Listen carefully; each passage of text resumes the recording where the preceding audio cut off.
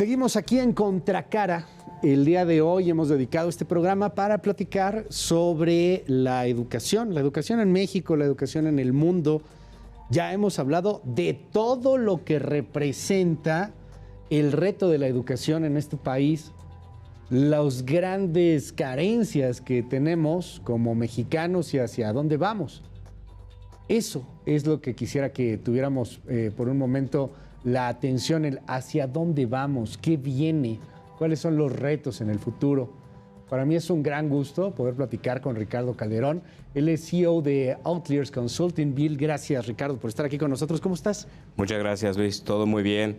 Muy contento por esta invitación y por la apertura a este tipo de foros y evidentemente por estar contigo, top de la industria que te he podido seguir. No, hombre, muchísimas gracias. Oye, dinos algo, ¿qué hacen ustedes particularmente? O sea, ¿qué haces en Outliers Consulting? ¿Cuál es el reto que tienen en materia educativa, por ejemplo? Sí, bueno, nosotros nos dedicamos, somos una empresa mexicana, ya con sedes en América Latina, en diversos países en América Latina, como Colombia, en Chile, en Estados Unidos y Canadá, próximamente España, y implementamos nosotros soluciones o plataformas tecnológicas muy enfocadas hacia el sector financiero, plataformas financieras, y también para el tema del Customer Experience, la parte de todo el proceso de ventas.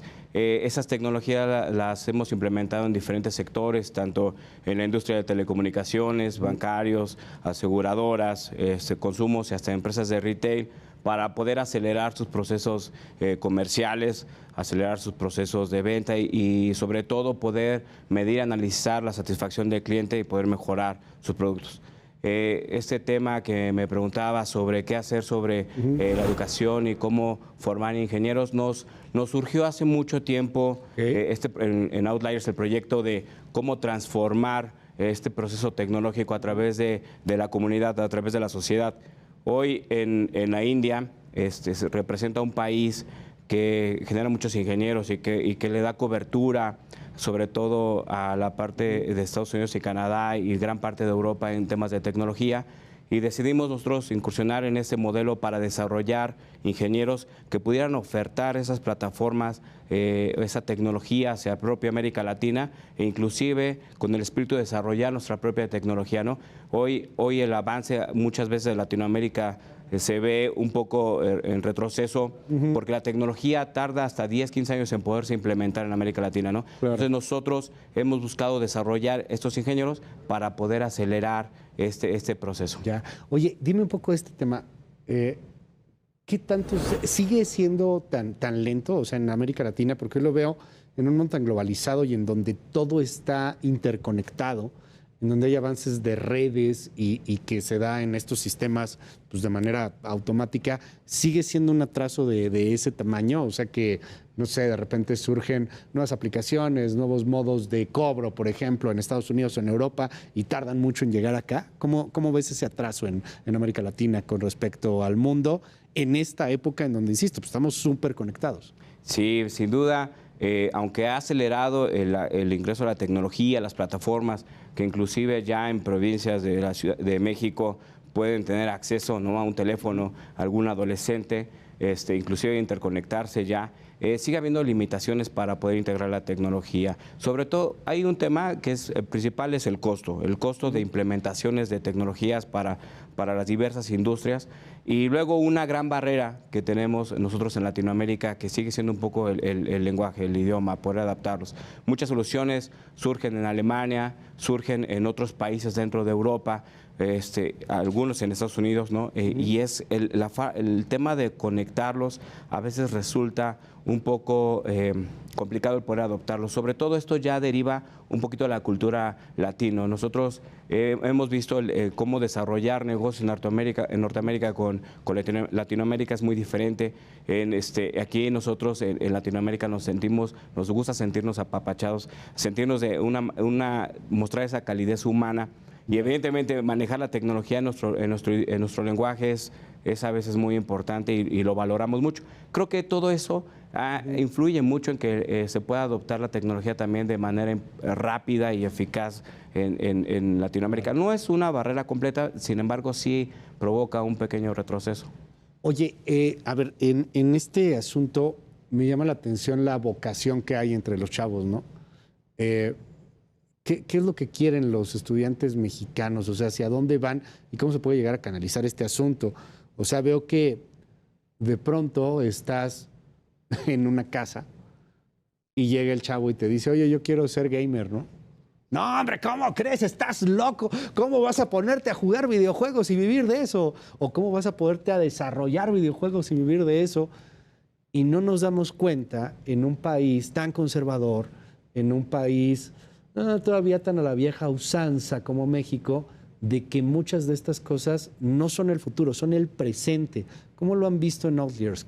¿Cómo ven este tema? Sí, acabas de dar un punto bien importante porque inclusive hay una cifra que la misma Unitec aquí en México publicó, en donde el 42% de los estudiantes entre los primeros 2 semestres de su carrera universitaria deserta, ¿no? Abandona porque no entraron en convicción. Y esto sucede mucho. Si platicando ya con los jóvenes, muchas veces estudian por presión de sus padres, por presión social, porque así lo dictaminó un informe financiero que era la tendencia del mercado, y se dedican a estudiar cosas que no eran relevantes por ellos. Y entonces lo que hace es cohibir ese desarrollo de talentos y ese ingenio mexicano que pudiera existir como un tema de un gamer, ¿no? ¿Cómo vas a dedicarte a un gamer? Pero ahí inclusive la industria, las futuras carreras, en las carreras del futuro, mejor dicho, está incluida el desarrollo de videojuegos. Vamos a generar un conflicto familiar. Ok. La culpa, señora, señor que me está viendo, es de don Ricardo Calderón. Váyanse contra él. Sí, así es. Escríbanle, ¿cuál es tu Twitter? ¿Tienes Twitter? Sí, R Calderón, Okay. R Calderón TV. Escríbanle, recuérdenle de cosas, pero a él. A mí no me digan nada, por favor. ¿Cómo diablos vives de jugar videojuegos? Exacto. Muchacho que nos estás viendo, obliga a tus papás a ver esto que va a responder Ricardo.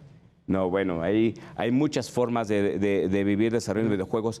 Hace poco me tocó una experiencia en el Tecnológico de Monterrey, viendo cómo inclusive aprender historia a través de la realidad virtual, y esto inclusive implementando ciertos videojuegos. Entonces, hay un sector en donde desarrollar los videojuegos también es generar alguna interacción comercial.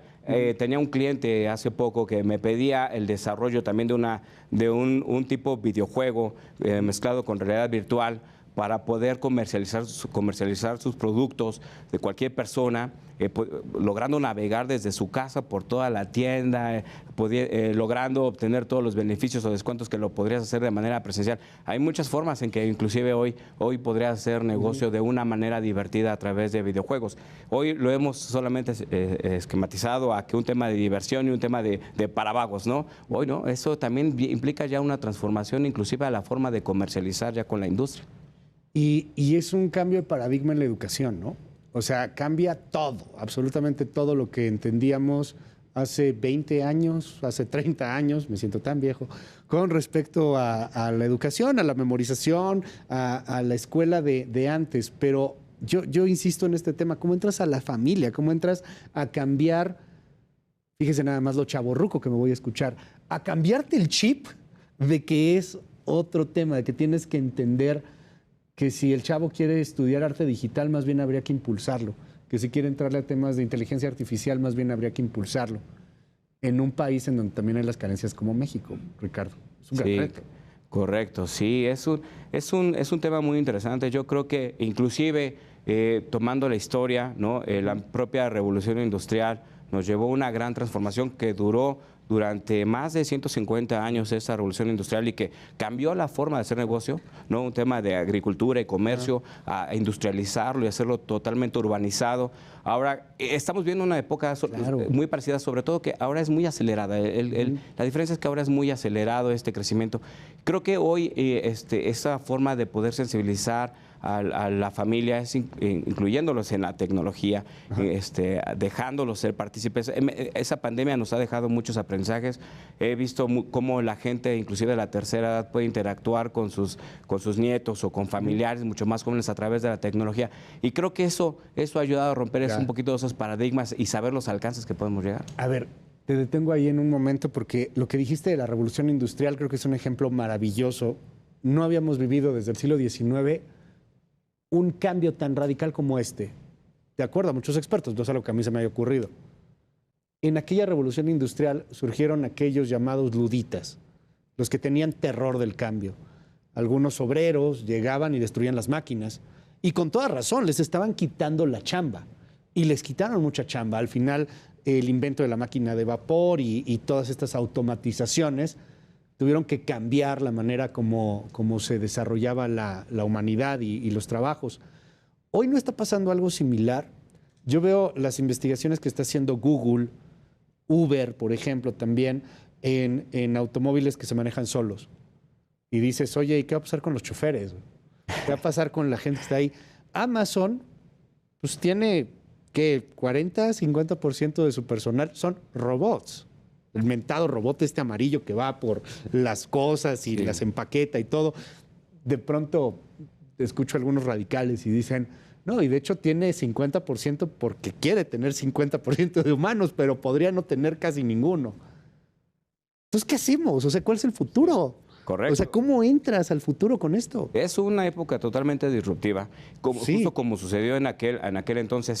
Sí, digo, y vamos a entrar, podríamos entrar en un tema muy polémico, que ha sido durante muchos años entre historiadores y economistas sobre el tema, el impacto de la revolución industrial, que hoy sucede mucho con este tema de la tecnología. Sí, sin duda hubo se rompió un paradigma en donde era un trabajo muy manual y luego industrializarlo, y hoy sucede lo mismo, algo que ya ahora lo estamos automatizando inclusive a través de robots o inteligencia artificial o desarrollo de software. Sin embargo, todavía está el desarrollo de el complementar las capacidades tecnológicas. Y un ejemplo es como Uber. Uber o el mismo Waze, mejor dicho, si tú quieres trasladarte a algún lugar, hace 10 años podías irte con un taxi y decir, someterte a la experiencia del taxista para decirte por dónde había tráfico, cómo poderte desplazar. Y si él era muy bueno, la tiraba, pero si él se equivocaba, hasta terminabas enojándote con él. Hoy hay una herramienta que lo complementa, que es Waze, que le puede decir ubicar el tráfico. Sin embargo, tampoco lo elimina al 100% el conductor. Claro, porque sigue manejando. Porque el Waze no te dice, oye, esta es una zona roja, no ingresas a este callejón. Sigue existiendo todavía como la participación humana. Y yo creo que esa es la parte del paradigma que tenemos que romper para la inclusión de todas las tecnologías. ¿Te acuerdas la guía Roji? A ver, por ejemplo, en el caso de Waze. ¿Te acuerdas la guía Roji? Sí, recuerdo. O sea, hoy no quiero saber a alguien... Y odio escucharme tan viejo porque no soy así como de que otrora tiempos fueron mejores. Pero pon a un chavo de menos de 30 que no estudie geografía a leer la guía Roji, ¿no? O sea, ¿de dónde? Y se va perdiendo, no sé si esta chispa humana. O sea, ahí, ¿cómo ven el futuro ustedes? O sea, ¿qué le dices a estos padres de familia también hoy que estamos tan preocupados con la educación, cuando a lo mejor pues ya no tiene mucho sentido lo que estás estudiando? Está muy cañón, o sea, sí. el cambio es radical y es frustrante también. Sí, sí es frustrante, pero un tema es, yo creo que sí es importante confiar. Eso pareciera algo muy básico en la sociedad y que es muy vano decirlo, pero yo creo que la confianza en sí mismo es bien importante. Confiar en nuestro país, en el desarrollo de talentos es bien importante. Eso va a dar pauta al desarrollo de nuevos, de este progreso. Yo creo que también el tema de una generación de una identidad es importante, ¿no? El creer en tu propio país. Y yo creo que eso es lo primero, es a transmitirle esa confianza. Yo soy padre de familia y es lo que yo inculco a mi hija, es creer en sus habilidades, en poder promoverla, ayudar a desarrollar. Además que hoy existen muchas plataformas. Hoy mi propia hija de 14 años tiene acceso a tecnología, donde hoy ella puede ya diseñar hasta casas, empezar a gestionar negocios, ver rendimientos, ¿no? Y yo creo que hoy ya es mucho más fácil poder identificar cómo canalizar tus habilidades. Vamos a seguir con la bronca familiar.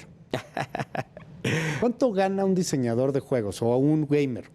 Okay. Que es distinto, ¿eh? Un gamer es el que anda jugando y el diseñador de juegos ya es otra cosa. Sí, claro, ¿no? Una prox. Ojo de buen cubero, hombre.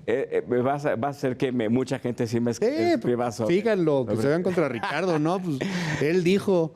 No, bueno, yo creo que eso va en función, sí es como en todos lados, con base a la experiencia, a lo que pueda aportar el ingenio, ¿no? de cada diseñador de videojuegos. Pero Yo creo que con un buen proyecto consolidado podríamos estar hablando, inclusive ya dolarizados, en ingresos de 100 a 150 mil dólares anuales. Yo creo que eso es... 100 o 150 sí, mil dólares esos son ingresos que alguien ya con una muy buena experiencia, desarrollo, con inclusive aportaciones al mercado pudiera llegar a tener. No es algo fácil. Déjame mexicanizarlo, que es 2 millones de pesos al año.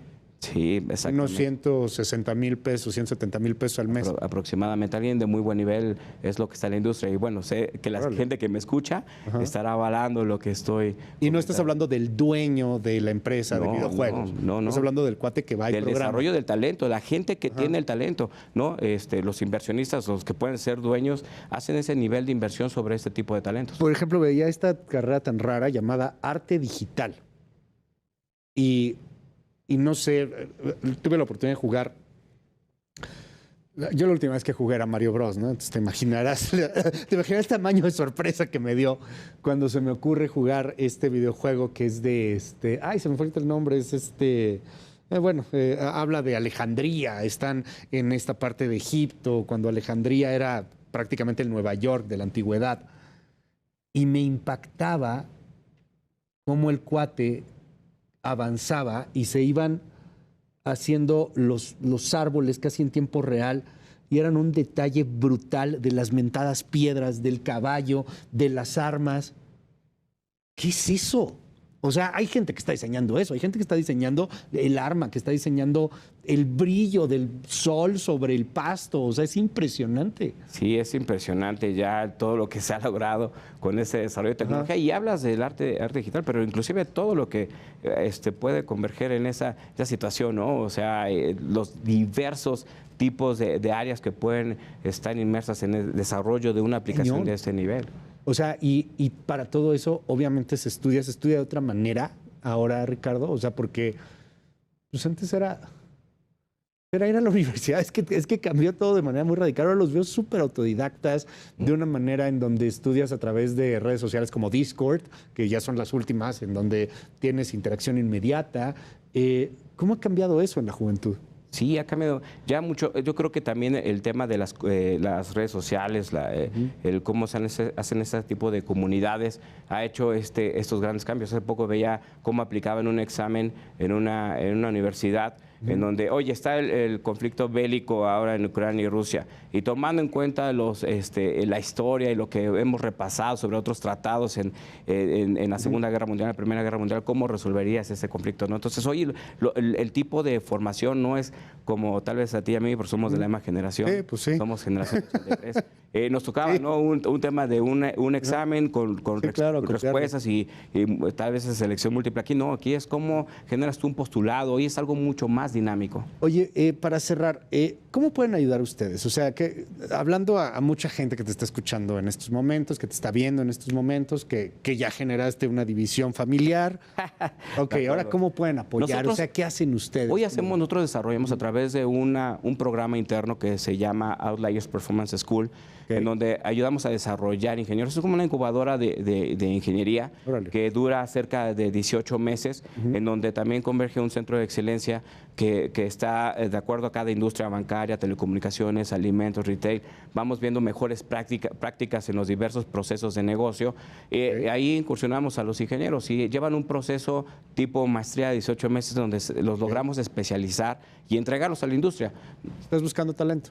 Estoy buscando talento. Eso es algo, inclusive una carrera del futuro, es esa misma de recursos humanos que pareciera que es obsoleta. No, es una carrera del futuro porque cazar talentos no es fácil. El headhunter se convierte también en una gran carrera. Y además orgullosos nosotros de haber ya entregado ingenieros a la industria, no solamente para nuestra empresa, sino para el... ¿Cómo puede aplicar un ingeniero con ustedes? ¿Tiene que ser ingeniero ya? Sí. Bueno, yo soy además politécnico. Yo soy ingeniero... Politécnico, del poli, burro de los polis. Sí son los burros, ¿no? ¿Poli? Sí. O sea, no, sí es la mascota, son los burros. Sí, dije, no, ya aquí metió la pata. ¿No? Se están riendo aquí. Ok, a ver, pero ¿tienes que ya haberte titulado o no? No necesariamente. Ajá. Nosotros, de hecho, yo tuve una participación con el Politécnico Ok. en la escuela donde yo forjé eso. ¿De dónde estuviste? En Acime, Culhuacán. Órale. ¿No? Ajá, Sí, y me padre. tomó, inclusive cuando hice la toma de protesta como ingeniero, Ajá. pues yo protesto ayudar a mi comunidad y desarrollar mi comunidad. Entonces me lo tomé muy en serio. Ok. Aunque trabajé en el sector privado, esto me lo tomé muy en serio y, Ok. y he ido a las escuelas, inclusive a reclutar a los propios ingenieros a las mejores generaciones, irlas a reclutar desde el 2017 a la fecha. Ok. No necesitan estar titulados, los ayudo inclusive un poco antes de que ya concluyan la escuela para que vayan forjando ya su futuro. Es lamentable a veces que uno a esas alturas, no solamente del Politécnico, es UNAM, UAM, inclusive Sí, claro. de universidades Y las privadas. privadas, te encuentras a muchas personas que no van a terminar de estudiar y todavía no saben en qué campo dirigirse, en qué campo van a ejercer su profesión, están un poco perdidos. Nosotros les ayudamos con este programa de Performance School a poder orientarlos y a seguir desarrollando. Pero entonces, que sean ingenieros, o sea, de entrada, o que estén estudiando ingeniería y que estén orientados a qué. Bueno, fíjate que ese es otro tema, perdóname. Ajá. A todo el mundo les digo en el trabajo ingenieros, porque ingeniero es aquel que aplica el ingenio. Sí, claro, de ahí viene la palabra. Todos somos ingenieros en el trabajo, pero no necesariamente son ingenieros. Sí. Yo recluto contadores, inclusive de todo tipo de carreras, porque al final como nosotros implementamos procesos de negocio, lo que nos interesa es abarcar todas las industrias, de todos los perfiles, no solamente un tema tecnológico. Sí, basado con una plataforma tecnológica y cómo promover a desarrollar esos procesos en cada industria. Más información ahí en tu página, ¿no? Por favor, Luis, sí, exactamente en mi página, outliersconsulting.com. Ahí tenemos toda la información y cómo poder ayudar a desarrollar esta comunidad. Porque, a ver, esto es lo que falta mucho y aquí en Contracara hablamos muy frecuentemente, lo acabamos de hacer antes de la pausa. Sí, hay un tema político importante, hay una ausencia del gobierno, hay muchas cosas, pero también hay que ver cómo salimos adelante nosotros. Hay que aprender a ir a pescar, no siempre esperar a que nos den de comer, hay que aprender cómo rascarnos. Ricardo Calderón, mil gracias. Muchas De verdad. gracias, Luis. Y nada más para cerrar, eso que acabas de comentar es bien importante. Aprender a pescar es bien importante. Sí. Creo que ese tema en la familia, ya que provocamos esa división, sí es importante los valores que se inculcan en la familia. Claro. Yo creo que también es importante esos apoyos gubernamentales para el desarrollo de plataformas, pero también una invitación hacia toda la comunidad, a todo el sector privado, para que ellos puedan hacer ese tipo de inversiones y desarrollar a nuestro talento mexicano. Es un orgullo sentir cuando alguien de nuestra gente se va a otras empresas y poder desarrollar a más tecnología. Eres de Júpiter, hombre, eres así, marciano, eso que estás haciendo. Pues hay que invertirle, hay que desarrollar talento. No, pues es que es una super inversión. Sí. O sea, ahorita le metes, y ahora que te dices, ay, es a fondo perdido. No, hombre. No, hay un Eso retorno. Se te reditúa cañón. Hay un retorno. ¿Sí? Y es una invitación a grandes empresas que a hacerlo. Me tocó una fuga hace poco de un talento a una empresa americana, bueno, de Estados Unidos. Se lo llevan muchas empresas. Se los llevaron, pero ahora es nuestra propia gente que viene de Oaxaca, de Guerrero, Puebla, que la hemos desarrollado y orgullosamente es de Outliers. Entonces creo que esa invitación al sector privado también es muy importante que nos lo podamos llevar. Gracias. Es Ricardo Calderón. Gracias por estar aquí con nosotros. Y sobre todo, gracias a usted por acompañarnos.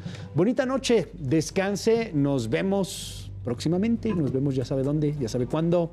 Bye bye.